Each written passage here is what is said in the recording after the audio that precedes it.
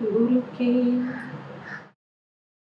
सुमिरन मात्र से नासत विघ्न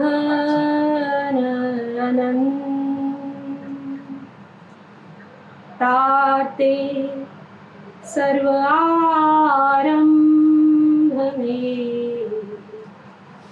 ध्यावत है सब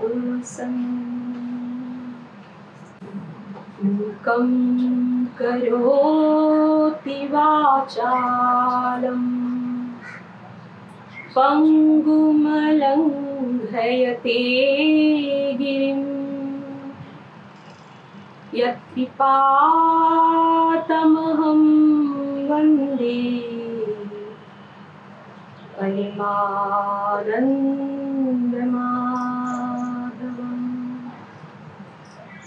जगदम्बे जगजननी मां प्रभुहंसं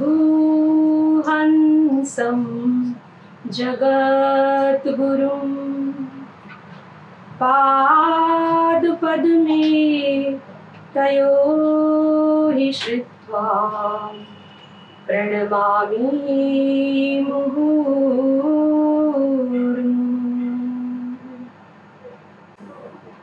प्रेम से बोलिए श्री सद्गुरुदेव महाराज की जय। त्रिभुवनपति श्री आनंद कंद भगवान जी की जय। परमाराध्य मादि शक्ति जगत जननी श्री माता जी की जय। सभी दिव्य महापुरुषों की जय। मानव धर्म की जय। भारत माता की जय। सच्चे दरबार की जय।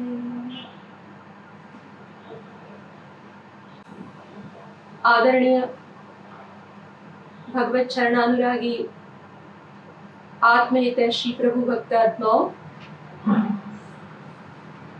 भक्तिमती आदरणीय माताओं, प्यारी बहनों, परम पिता परमात्मा सद्गुरुदेव भगवान की चरण कमलों की पावन छत्र छाया में श्री गुरु महाराज जी की चरण कमलों की असीम अनुकंपा से आज हम सब लोगों को इस भयावह विषम परिस्थिति में, जहां हम देख रहे हैं सारे रास्ते बंद है, हम एक दूसरे से चलकर मिल नहीं पा रहे हैं, जमीनी रास्ते बंद है, हवाई रास्ते बंद है, जल मार्ग बंद है, लेकिन फिर भी इन सब विषम परिस्थितियों में सद्गुरुदेव भगवान की हम सब जीवों पर असीम दया है कि हमें आराम से ये सोशल मीडिया के मार्ग से घर बैठे सत्संग की प्राप्ति हो रही है। अनादिकाल से हमारे महापुरुष हमें हमारे धर्म ग्रंथ सत्संग की प्रेरणा देते आ रहे हैं। हम जितने भी धर्म शास्त्र को पढ़ेंगे, अध्ययन करेंगे, चाहे वो रामायण हो, भागवत हो, गुरु ग्रंथ साहब हो, हरिपाठ हो, दासबोध हो, जितने भी धर्म शास्त्र हम पढ़ते हैं, सुनते हैं, सब में सत्संग की ही महिमा गाई गई है। संसार में दो चीज दुर्लभ बताई। एक तो कहा बड़े भाग्य मानुष तन पावा, कि मनुष्य का जीवन बड़े भाग्य से मिलता है। अब हम देख रहे हैं जीवन तो करोड़ों करोड़ों लोगों को मिला हुआ है, लेकिन मनुष्य जीवन प्राप्त करने के बाद इसमें एक दुर्लभ चीज और बताई, और वो है बड़े भाग्य पाइए सत्संगा, कि सत्संग की प्राप्ति भी भाग्य से ही होती है। हम जब धर्मशास्त्रों को पढ़ते हैं, भगवान शंकर अपनी अर्धांगिनी मां गिरिजा से कहते हैं, गिरिजा संत समागम समन लाभ कछुआल, बिन हरि कृपा न पावही गावही वेद पुराण। कि हे गिरिजा, वैसे तो संसारी जीव ये समझते हैं किसी के यहाँ संतान नहीं है, संतान की प्राप्ति हो जाती है तो उसको वो लाभ समझते हैं, भगवान की दया समझते हैं। किसी के घर धन नहीं है, नौकरी नहीं है, किसी का बिजनेस व्यापार नहीं चल रहा है, अगर उसमें बढ़ोतरी हो जाती है तो व्यक्ति सोचता है हमें लाभ हो गया। किसी के मकान नहीं है, गाड़ी नहीं है, और भगवान की दया से ये चीजें भी संसार में उन्हें उपलब्ध हो जाती है तो वो समझते हैं भगवान की बड़ी कृपा हो गई, हमें बहुत लाभ हो गया। लेकिन देवाधिदेव महादेव, जिनके चरणों में हम संसार की नश्वर वस्तुओं की कामना करते हैं, वो स्वयं अपनी अर्धांगिनी से कह रहे हैं कि गिरिजा, ये संसार में अगर कोई लाभ है तो वो सत्संग की प्राप्ति है। गिरिजा संत समागम समन लाभ कछुआल, कहते इसके समान कोई और दूसरा लाभ है ही नहीं। लेकिन आगे वो कह रहे कि ये सत्संग भी बिनु हरि कृपा न पावही गावही वेद पुराण। कि हे गिरिजा, ये सत्संग भी बिना भगवान की दया के प्राप्त नहीं होता, ऐसा वेद पुराणों का मत है। हम रामायण पढ़ते हैं और उसमें भक्ति को स्वतंत्र बताया कि भक्ति स्वतंत्र सकल सुख खानी। भक्ति किसी चीज के अधीन नहीं है। तुलसीदास जी पहली लाइन में कह रहे जो समस्त सुखों की मूल है, और आगे की लाइन में तुलसीदास जी उसमें एक बंधन लगा देते हैं कि भक्ति स्वतंत्र सकल सुख खानी, बिनु सत्संग न पावही प्राणी। एक बंधन है भक्ति को और वो है सत्संग का। बिनु सत्संग विवेक न होई, राम कृपा बिन सुलभ न सोई। कि संसार में सत्य क्या है, असत्य क्या है, सार क्या है, असार क्या है, नित्य क्या है, अनित्य क्या है, तो ये जो सारा सार विवेक ये प्रदान करने वाला कहते सत्संग ही होता है। बिनु सत्संग विवेक न होई, पर ये सत्संग भी कब मिलता है? राम कृपा बिन सुलभ न सोई। कि जब तक भगवान की दया न हो ये सत्संग भी सुलभ नहीं होता। संत विशुद्ध मिलहि पुनिते ही, राम कृपा कर चित्त बंजेहि। कि जिस पर भगवान कृपा दृष्टि डाल देते हैं वही जीव सत्संग को प्राप्त करता है। हम रामायण में एक प्रसंग सुनते हैं कि जब भगवान सगुण साकार रूप में इस धरती पर अपनी नरलीला कर रहे थे और रावण से युद्ध के दौरान हम देखते हैं कि एक बार नागपाश में भगवान बंध जाते हैं तो गरुड़ जी को बुलाया जाता है, और जब गरुड़ जी आते हैं भगवान को नागपाश से मुक्त कर देते हैं, लेकिन वो स्वयं भ्रम में पड़ जाते हैं, संशय में पड़ जाते हैं कि जिन्हें सब कोई नारायण के अवतार बता रहे हैं, त्रिलोकी के नाथ कह रहे हैं, वो स्वयं नागपाश में बंध गए तो हमें कैसे बंधन से मुक्त करेंगे। बड़े विचलित हो गए गरुड़ जी, नारद जी के पास गए तो हम सुनते हैं नारद जी ने कहा, गरुड़ जी ये भगवान की माया मुझे बहुत बार नाच नचा चुकी है, अब आपकी बारी है, थोड़ा आप भी नाचिए। आप इस शंका के समाधान के लिए ब्रह्मा जी के पास जाइए। कहते गरुड़ जी ब्रह्मा जी के पास पहुंचे। ब्रह्मा जी ने देखा गरुड़ आ रहे हैं, संशयग्रस्त है, तो ब्रह्मा जी ने ब्रह्मलोक छोड़ दिया और गरुड़ से निवेदन किया, हे गरुड़ जी आप शिव जी के पास जाइए। शिव जी के पास गए। शिव जी ने देखा गरुड़ है, भ्रमित है भगवान की लीलाओं को देखकर, शिवलोक छोड़ के चल दिए। रास्ते में गरुड़ जी मिले, अपना प्रश्न उन्होंने रखा कि हे प्रभु, हे महादेव जी, जिनको भगवान सब कह रहे हैं, त्रिलोकी के नाथ कह रहे हैं, वो नागपाश में बंध गए, तो ये भगवान कैसे हो सकते हैं? भगवान शंकर कहते गरुड़ मिलही गरुड़ मारग महमोही, कौन भांति समझाऊं तो ही। जैसे हमें कोई बीमारी होती है, पेट में दर्द है, सिर में दर्द है, हम बाहर गए, रास्ते में डॉक्टर साहब मिले, डॉक्टर साहब मुझे बहुत परेशानी हो रही है, तो डॉक्टर साहब कहते भैया रास्ते में क्या बताऊं, तुम क्लिनिक में आना, हॉस्पिटल में आना, तुम्हारे टेस्ट कराएंगे, देखेंगे क्या प्रॉब्लम है।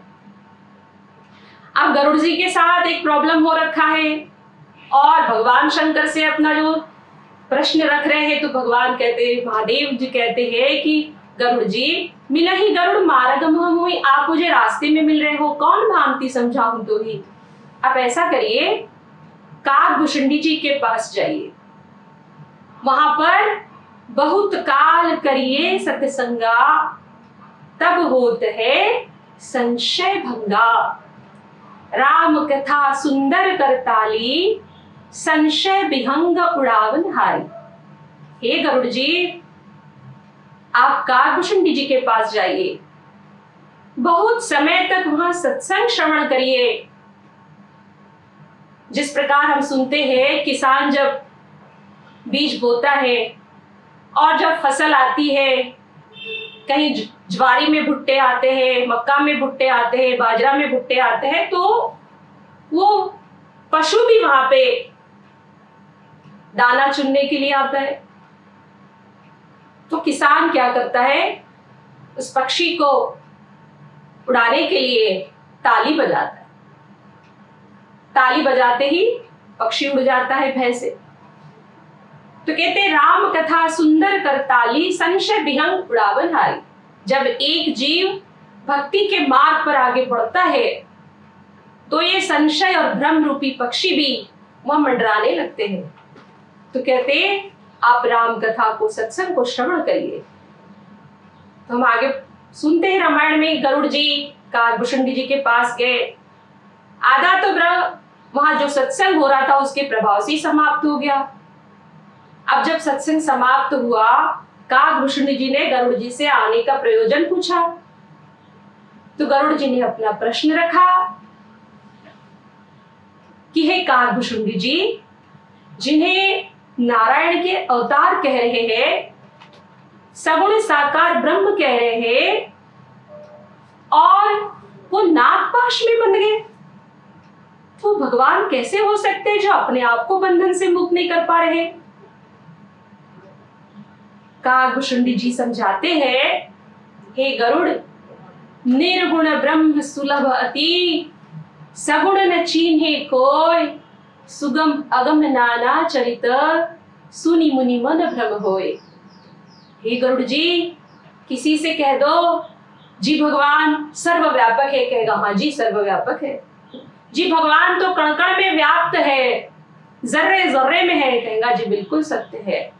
लेकिन हम उसी से अगर कहें कि वही जो सर्वत्र व्याप्त ब्रह्म है, वही तो है सगुण रूप में मनुष्य शरीर धारण करके धराधाम पर अवतरित हुए, तो वो जीव वहां भ्रमित हो जाता है कि ये भगवान कैसे हो सकते हैं। उनके सुगम अगम नाना चरित, सुनी मुनि मन भ्रम होए। हे गरुड़, क्या आपने राम को इतना ही समझा कि जो नागपाश में बंध गए?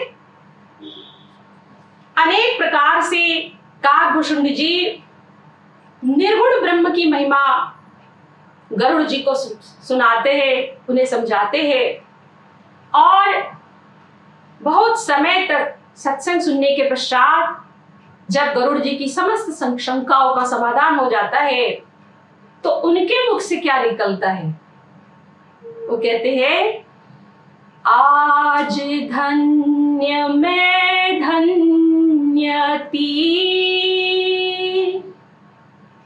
यद्यपि सब गुणहीन, निज जन जानी राम मोहे, संत समागम दीन। हे काकभूषणी जी, आज मैं अति धन्य हो गया। यद्यपि मेरे में मुझ में कोई गुण नहीं है, सब गुणहीन, लेकिन आज क्या हो गया? कैसे धन्य हो गया? निज जन जानी, आज राम ने मुझे अपना समझा। हम किसी को अपना समझते हैं, किसी से विशेष स्नेह करते हैं तो हम उसे अपनी प्रिय वस्तु देते हैं। मिलते तो हम अनेक लोगों से है, और किसी से नमस्ते हो गई जी, राम राम जी हो गई, जय सच्चिदानंद हो गई, लेकिन किसी के विशेष भाव होते हमारे प्रति, विशेष प्रेम होता है, तो हम उस व्यक्ति को अपनी कोई प्रिय चीज भेंट वस्तु देते हैं। तो कहते हैं, जब भगवान किसी को अपना समझते हैं, जब भगवान किसी से विशेष प्रेम करते हैं, तो भगवान भी उसको अपनी प्रिय वस्तु देते हैं, और वो क्या है? सत्संग। हे काकभूषणी जी, निज जन जानी, आज मैं इसलिए धन्य हो गया कि भगवान ने आज मुझे अपना समझा और मोहे संत समागम दीन। तो हम सत्संग के बारे में सुन रहे थे कि सभी धर्मशास्त्र, धर्म ग्रंथ सत्संग की महिमा गा रहे हैं। सत्संग ही हमें जीवन का उद्देश्य क्या है, ये मनुष्य जीवन लेके देखे, हम देख रहे हैं संसार में कि खाना पीना सोना सब काम है पशु समाना, क्यों देह मनुष्य की धारी। कि जो हम सोचते हैं जीवन का उद्देश्य अगर खाना पीना है, और उसी के लिए फिर अच्छे से खाने के लिए हम उसी के लिए कमाओ, अच्छा कपड़े पहनना और संसार के विषय भोगों का उपभोग करना, तो कहते हैं तो पशु भी कर रहा है, पक्षी भी कर रहा है। आहार निद्रा भय मैथुनम च एतत् नराणां पशुर्हि समाना, ज्ञाने नराणा आदि को विशेषो, ज्ञानहीन नर पशुर्हि समाना। कि मनुष्य की जो विशेषता है, जैसे हम बैठ करके आज हमारे घर में कुत्ता भी होगा, गाय भी होगी, बिच्छू भी पाला होगा, हम अगर उनसे कहे आजा तू भी बैठ जा, तू भी सत्संग सुन ले, तो अगर उसको हम रोटी दे वो खा लेगा, पानी दे पी लेगा, उनके भी बाल बच्चे परिवार हो जाएगा। लेकिन अगर पशु पक्षी से अगर हम कहते हैं आइए आप भी, आप सत्संग सुनिए, गुरु महाराज जी की सेवा करिए, ध्यान साधना करिए, तो ये पशु पक्षी नहीं कर सकते। तो जीवन में ये जो मनुष्य जीवन हम सुन रहे थे कि बड़े भाग्य मानुष तन पावा, और ये मनुष्य जीवन प्राप्ति के पश्चात भी बड़े भाग्य पाई ये सत्संगा, कि जीवन तो प्राप्त कर लिया, पर अब इस जीवन का उद्देश्य क्या है? हम देख रहे हमारे सामने संसार में एक जीव जन्म लेता है, बड़ा होता है, धीरे धीरे प्रौढ़ावस्था को प्राप्त करता है, वृद्ध होता है, और एक दिन ये संसार से भी चला जाता है।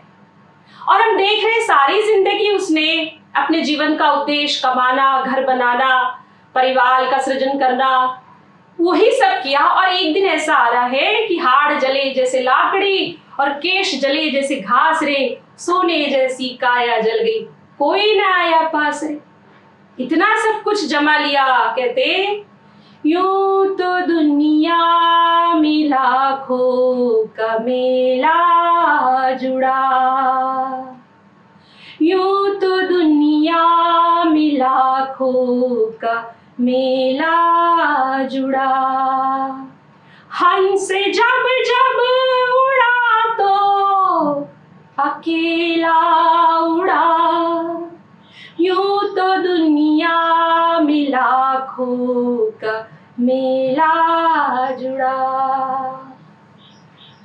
साथ सारे जहां के तहां रह गए, कोठी बंगले खड़े के खड़े रह गए, सब नगीने जड़े के जड़े रह गए, अंत में लखपति के न ढेला गया,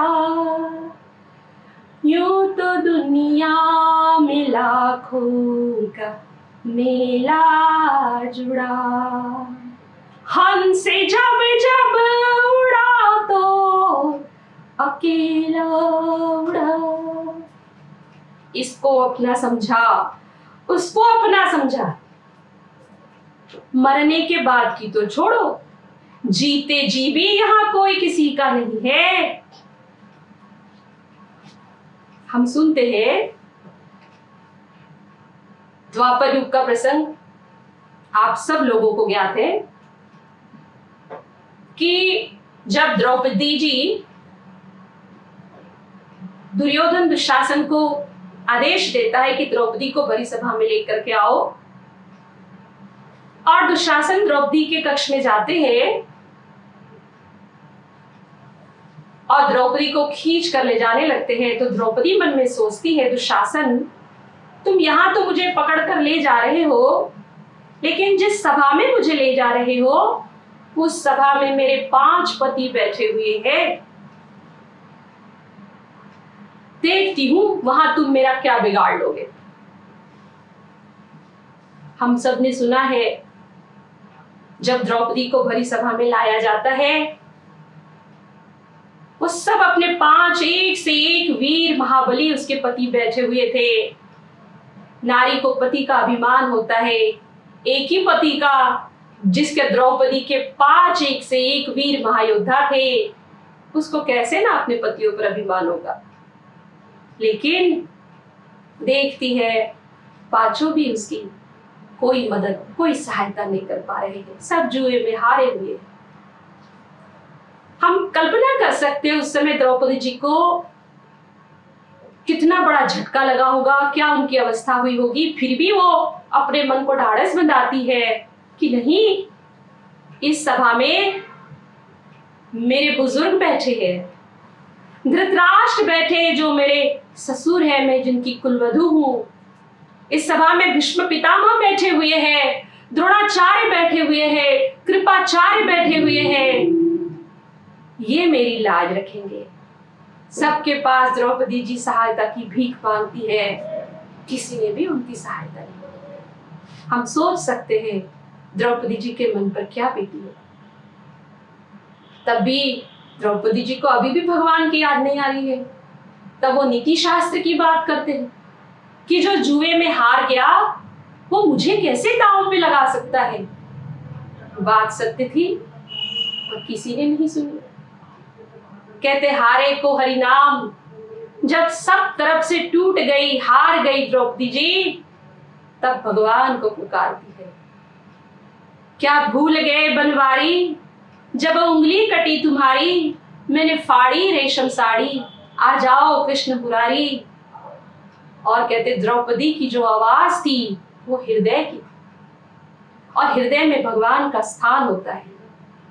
वो द्वारिका तक पहुंची और वहीं से कहते भगवान जो जर्रे जर्रे में है, वहीं से द्रौपदी जी की रक्षा करते हैं।